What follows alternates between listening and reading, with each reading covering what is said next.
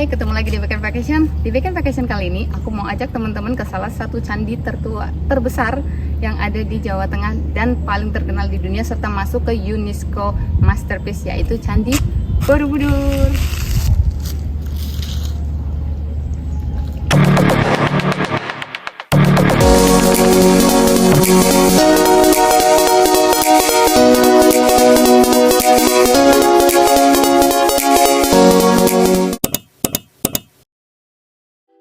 Aku sampai di lokasi pagi hari jam 8 karena aku ikut sesi yang pertama yakni jam 9.30. Jadi dari rumah menuju lokasi ini aku berangkat subuh-subuh. Dan sampainya di lokasi aku langsung menuju lobi untuk ngambil tiket ke Candi Borobudurnya. Mungkin banyak yang bertanya-tanya kok bisa naik ke Borobudur, karena info yang ada sekarang dilarang untuk naik atau batas kuota untuk naik ke Borobudur dibatasi. Jadi sekedar info saja bahwasanya aku bisa naik sampai ke Borobudur nanti ini sudah termasuk dalam tiket hotel, dan itu pun berdasarkan request. Meskipun kita sebagai tamu hotel, kalau kita nggak mengajukan request untuk naik ke candi, mereka pun nggak menyiapkan kuota untuk kita karena kuota setiap harinya dibatasi, yaitu beberapa sesi, dan aku ikut sesi yang pertama yakni jam 9.30. Dan inilah tiket naik candi ke Borobudur untuk kita yang domestik. Sedangkan untuk yang foreigner atau WNA, warnanya dominan ungu seperti yang bisa teman-teman lihat sekarang ini. Dan setelahnya kita langsung diarahkan untuk memilih sendal sesuai dengan ukuran kaki kita. Jadi untuk naik ke Borobudur, setelah kita dapetin tiket sama sendal khusus untuk naik ke sana, ini nantinya akan jadi souvenir untuk kita. Kita juga dikasih tas untuk tempat sepatunya. Jadi yang penting nanti saat naik ke atas kita harus gunakan sendal khusus ini. Setelahnya kita bisa bawa pulang setelah selesai kita reservasi atau lihat-lihat ke candinya. Sekarang saatnya kita lanjut untuk naik. Sebelum naik kita explore dulu wilayah Hotel Manohara ini. Let's go. Setelah kita dapatkan alas kaki dan tiketnya, salah satu staf hotel bantu aku untuk pasangkan tiket naik candinya. Kurang lebih beginilah suasana sebelum kita naik ke Candi Borobudur sambil mendengarkan arahan yang ada. Dan kali ini aku ditemani Mbak Anita yang akan menjadi tour guide kita selama kita mengeksplor Candi Borobudur. Sebelum naik ke Candi Borobudurnya, Mbak Anita menjelaskan detail setiap tingkatan dari Candi Borobudur, mulai dari tingkatan 1 dan 2, tingkatan 3 sampai 10, dan tingkatan 8 sampai 10.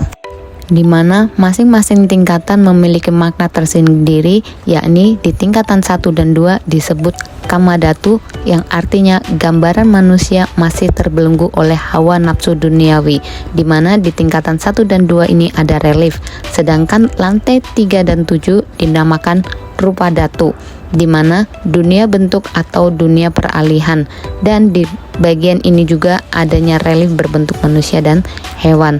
Sedangkan tingkatan 8 dan 10 dinamakan tingkat arupa atau dunia tanpa bentuk atau nirwana, di mana di tingkat 8 sampai 10 tidak ada relief seperti halnya tingkatan 1 sampai 7.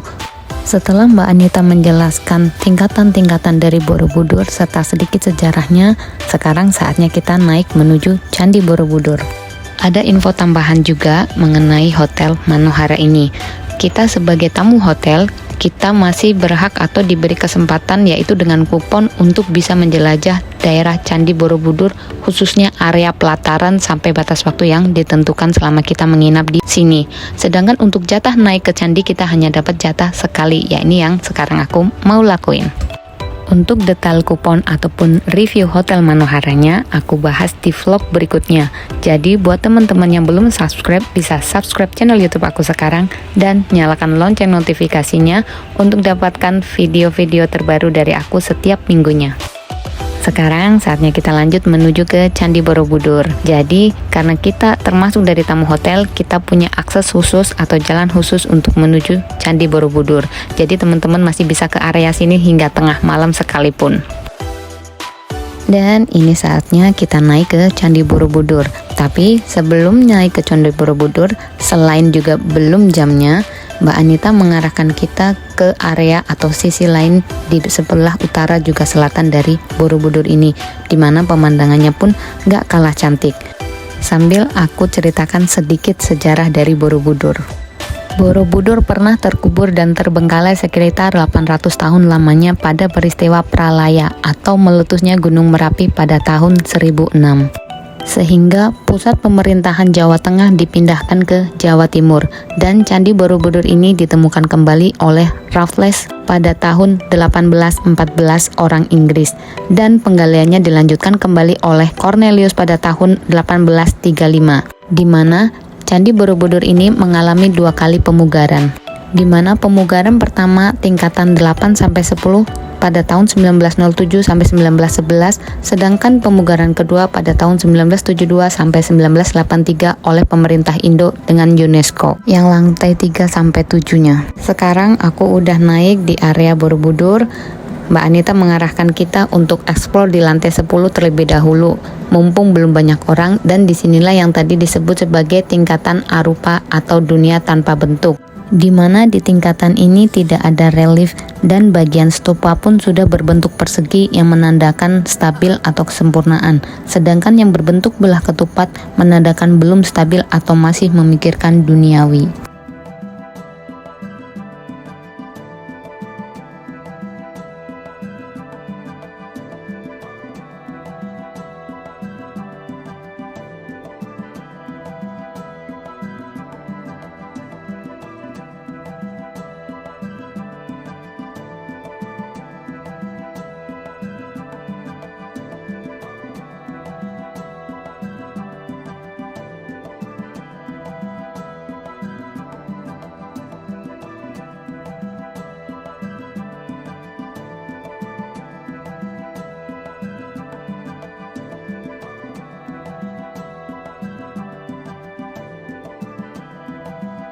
Untuk patung yang ada di dalam stupa pastinya udah banyak orang yang tahu, dimana mitosnya jika bisa mencapai patung yang ada di dalam stupa, cita-cita kita bisa tercapai.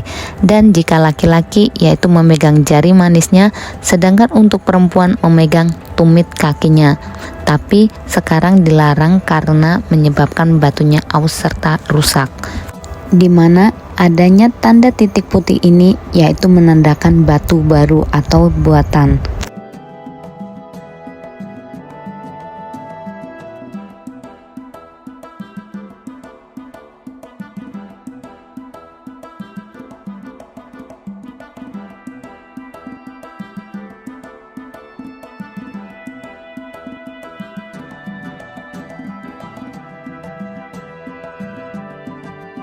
Dari lokasi ini juga teman-teman bisa melihat pemandangan sekitar area Borobudur dari ketinggian ini, dimana kalau memang benar-benar lagi cerah, teman-teman bisa ngelihat full pemandangannya tanpa kabut. Karena ini masih pagi hari, jadi masih ada kabut di beberapa daerah seperti yang teman-teman lihat. Sedangkan untuk posisi aku sekarang ini, kita bisa melihat gereja ayam yang terkenal dari lokasi ini.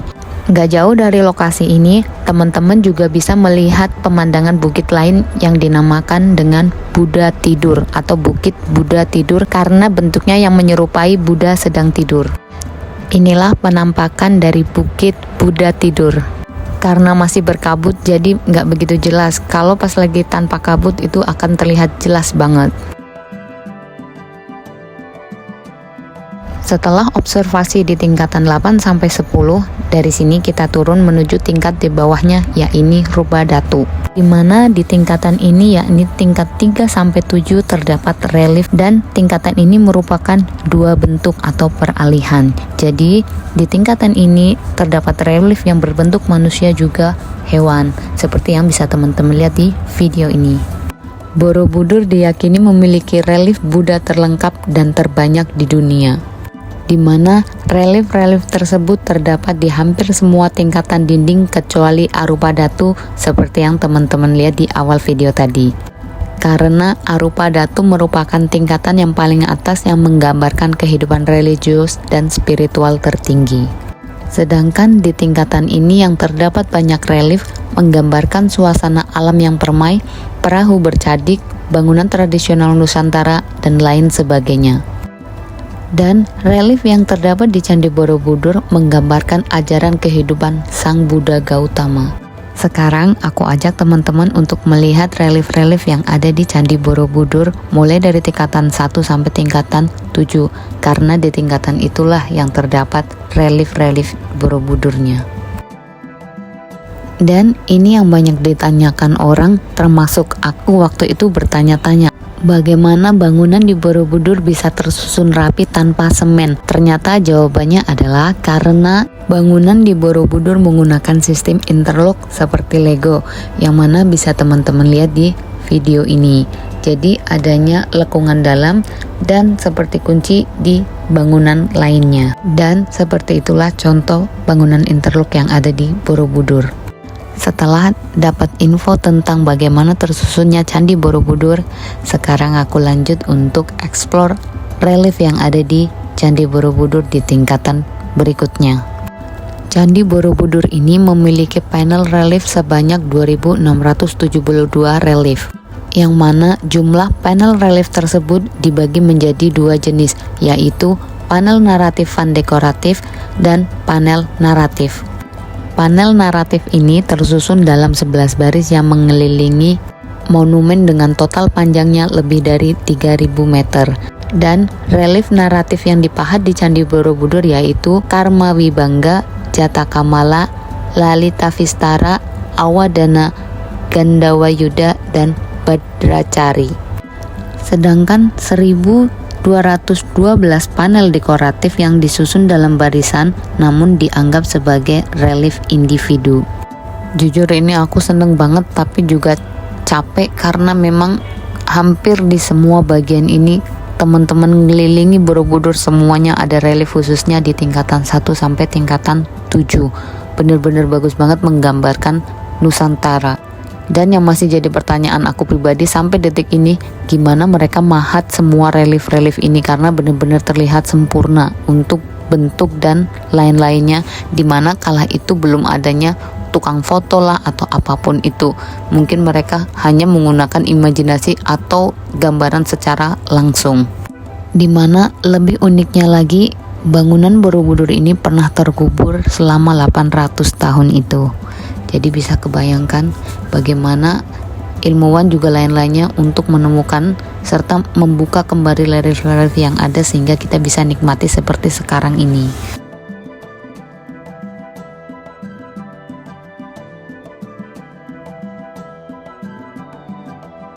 Yang lebih menarik lagi yaitu di Borobudur sejak dulu sudah ada yang namanya Jala Dwara atau saluran air yang mengalirkan air dari tingkat atas menjauh dari bangunan, atau bisa kita sebut sebagai sistem drainasenya di Borobudur.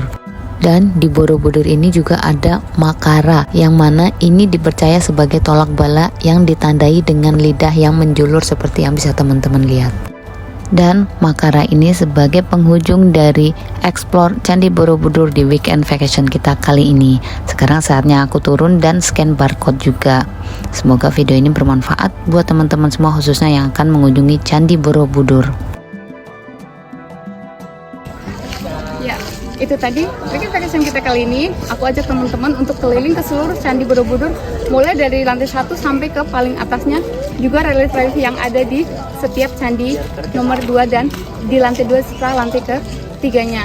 Sebelumnya terima kasih buat teman-teman yang udah nonton dari awal sampai akhir video ini, juga teman-teman yang udah subscribe channel YouTube aku ini.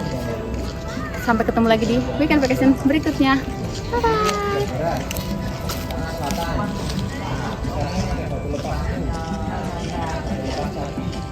Informasi tambahan untuk Candi Borobudur, dimana setelah turun candi, teman-teman bisa mencari pohon bodi yang mana daunnya unik banget karena berbentuk seperti stupa candi, yang mana seperti yang bisa teman-teman lihat di video. Jadi kalau teman-teman tekuk bagian setengah daunnya itu berbentuk seperti stupa candi.